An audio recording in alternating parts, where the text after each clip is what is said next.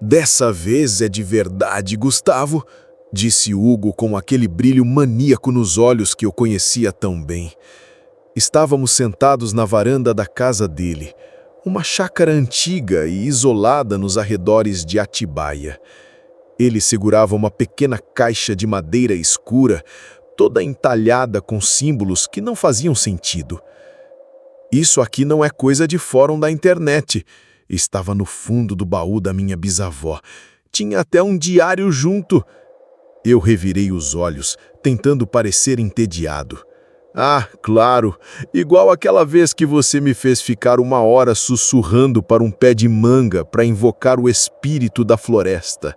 Ele me deu um empurrão fraco. Hugo era magro, quase esquelético, movido a uma energia nervosa que parecia nunca acabar. Ele era meu melhor amigo desde que nos conhecemos no primário, quando ele tentou convencer a turma toda de que conseguia falar com formigas. Sua obsessão pelo bizarro era lendária. Enquanto os outros garotos colecionavam figurinhas, ele colecionava histórias de assombração. E eu, por lealdade ou por falta de opção, sempre fui a sua plateia. O resultado? Éramos os esquisitos. As outras crianças mantinham distância como se a nossa estranheza fosse contagiosa. Ele podia ser irritante, sempre achando que tinha descoberto o segredo do universo. Mas era meu parceiro. Então, quando ele me olhou com aquela cara de cachorro pidão e disse: "Vai ser o nosso último ritual, o maior de todos, eu juro." Eu suspirei e concordei. Tá bom, mas se eu tiver que comer terra de novo, a nossa amizade acaba aqui. Um sorriso rasgou o rosto dele. Fechado. E se funcionar, cara, você não vai acreditar. Foi o "se" que me preocupou. Pela primeira vez, ele parecia não ter certeza. Parecia ter medo. A mãe dele trabalhava em turnos noturnos no hospital da cidade. E o pai? Bom, o pai nunca estava na foto. A casa era o nosso território. Hugo me guiou para dentro, não para o porão, como de costume, mas para o sótão. A escada embutida no teto rangiu sob nosso peso, liberando um cheiro de poeira e tempo.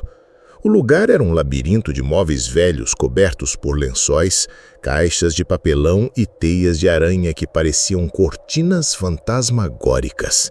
No centro do cômodo ele havia limpado um espaço.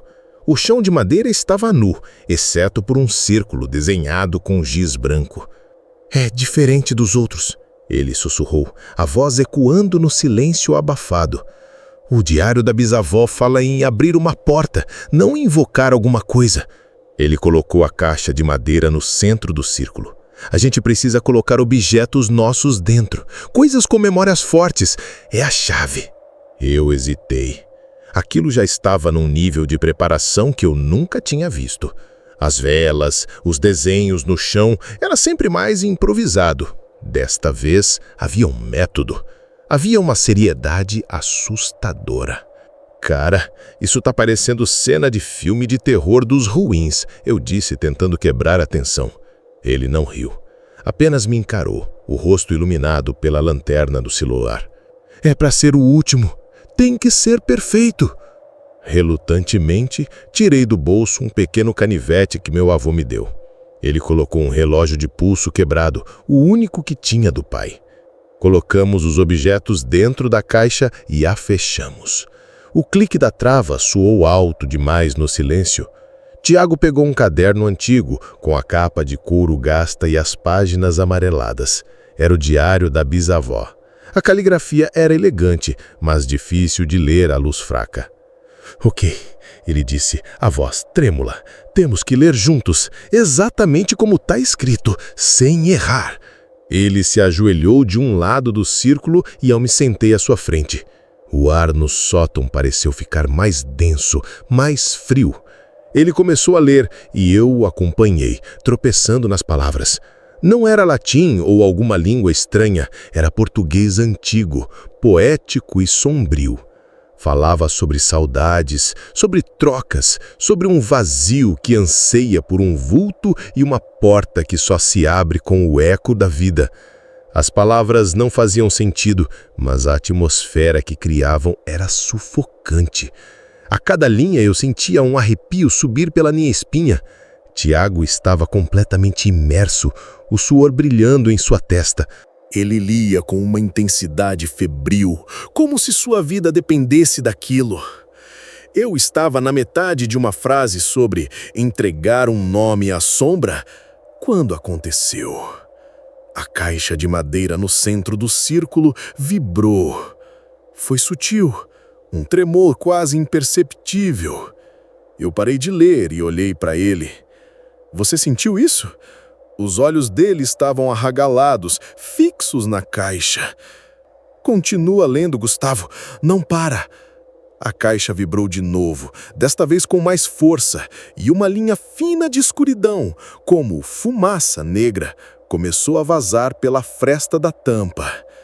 Não era fumaça. Era algo mais denso, mais vazio. O cheiro de poeira foi substituído por um odor frio e metálico, como de moedas velhas. A escuridão que vazava da caixa não se dissipava no ar. Ela se derramava no chão de madeira como tinta, formando uma poça que não refletia a luz. A poça começou a crescer, lenta e silenciosamente. As chamas das poucas velas que Hugo acendeu começaram a tremer, inclinando-se para longe do círculo, como se tivessem medo. Hugo, chega, eu disse, a voz saindo mais fraca do que eu pretendia. É só um truque, alguma reação química maluca, mas eu sabia que estava mentindo para mim mesmo. Está funcionando, ele sussurrou, um sorriso aterrorizado e fascinado em seu rosto. Eu sabia. A poça de escuridão parou de crescer e começou a subir. Uma forma se ergueu do chão sem som. Não era um monstro com garras ou dentes. Era uma silhueta humana, mas feita de um negrume absoluto. Uma ausência de luz que parecia sugar a cor e o calor de tudo ao redor. Era alta e magra, e onde deveria haver um rosto, havia apenas um vazio liso e contínuo. Meu coração martelava no peito tão forte que doía. Eu tentei me levantar, mas minhas pernas não obedeciam. Eu estava congelado, a garganta fechada pelo pavor. Tentei gritar o nome dele, mas só um som engasgado saiu. Hugo, porém, não parecia apavorado. Ele olhava para a criatura com uma espécie de reverência. A coisa se moveu, deslizou pelo chão sem mover as pernas, parando bem na frente do meu amigo. A silhueta estendeu um braço, longo e fino como um galho seco. Não havia pressa, não havia violência. O movimento era lento, quase cuidadoso. A mão de escuridão tocou o ombro de Hugo. Ele não recuou, ele apenas olhou para mim, e naquele último instante, o fascínio em seu rosto foi substituído por um lampejo de puro e absoluto terror. Foi um reconhecimento, a compreensão do que ele realmente havia feito. Ele abriu a boca, talvez para gritar, talvez para dizer meu nome, mas nenhum som saiu. A sombra o envolveu. Não o atacou, não o rasgou, ela simplesmente o cobriu como um manto escuro.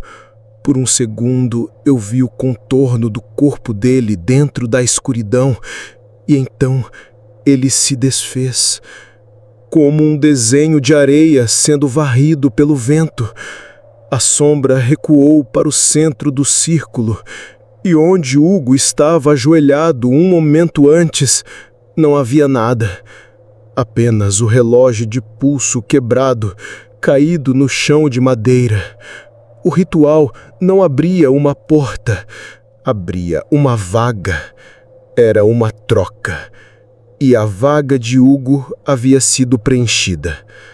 Aquele relógio no chão quebrou o feitiço. O pânico me inundou como água gelada. Eu me joguei para trás, rastejando sobre as mãos e os pés, e corri para a escada do sótão. Desci os degraus de 2 em 2, escorregando no último e batendo o ombro na parede. Não parei.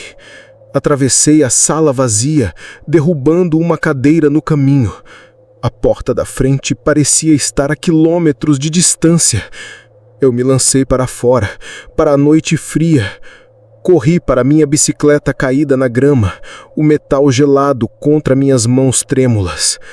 Montei e pedalei com a força do desespero, sem olhar para trás. O som dos pneus no caminho de terra, o vento assobiando nos meus ouvidos, meus pulmões queimando. Era tudo o que existia. É uma pegadinha, eu repetia na minha cabeça a cada pedalada. É um truque elaborado. Ele vai me ligar amanhã rindo. Mas a imagem daquela sombra, da forma como meu amigo simplesmente deixou de existir, estava gravada atrás dos meus olhos. As luzes dos postes da cidade pareciam faróis de segurança à distância. Eu pedalei mais rápido, cortando as ruas silenciosas do bairro. Passei por casas adormecidas, por jardins bem cuidados, um mundo normal que parecia não pertencer mais a mim. O cheiro de jasmim de um quintal me atingiu e, por um segundo, a normalidade daquilo me fez querer vomitar. Finalmente cheguei na minha rua. Minha casa, com a luz da sala acesa, parecia o lugar mais seguro do mundo. Joguei a bicicleta no gramado e corri para a porta, atrapalhando-me com as chaves. Entrei e tranquei a porta atrás de mim, girando a chave 2 vezes. O som do clique da tranca foi um alívio momentâneo. Meus pais estavam na sala, assistindo TV. A briga silenciosa de sempre, sobre dinheiro ou sobre quem tinha a vez com um controle remoto. O som da novela preenchia a casa. Tudo normal. Tão assustadoramente normal. Onde você estava, Gustavo? Já é tarde. Minha mãe disse sem tirar os olhos da televisão. Na casa do Hugo, eu murmurei, a voz rouca. Subi as escadas correndo, o coração ainda disparado. Entrei no meu quarto e bati a porta, me encostando nela e deslizando até o chão. Eu estava tremendo incontrolavelmente. Enrolei-me na cama, de roupa e tudo, puxando o cobertor sobre a cabeça. Era um truque. Tinha que ser. Um projetor, fumaça de gelo seco, um truque de espelhos. Hugo era inteligente. Ele poderia ter planejado tudo. Amanhã tudo estaria bem. Eu iria odiá-lo por uma semana pelo susto e depois riríamos disso. Eu me agarrei a essa ideia com todas as minhas forças. Lá embaixo a novela acabou. Ouvi as vozes dos meus pais, o som da louça sendo guardada na cozinha. A rotina da noite. Tentei me acalmar, sincronizar minha respiração com os sons familiares da casa. Foi quando tudo ficou quieto. Quieto demais. O zumbido da geladeira, o tic-tac do relógio da sala, tudo parou. Um silêncio pesado e antinatural desceu sobre a casa, engolindo todos os pequenos ruídos. Um silêncio que eu reconheci.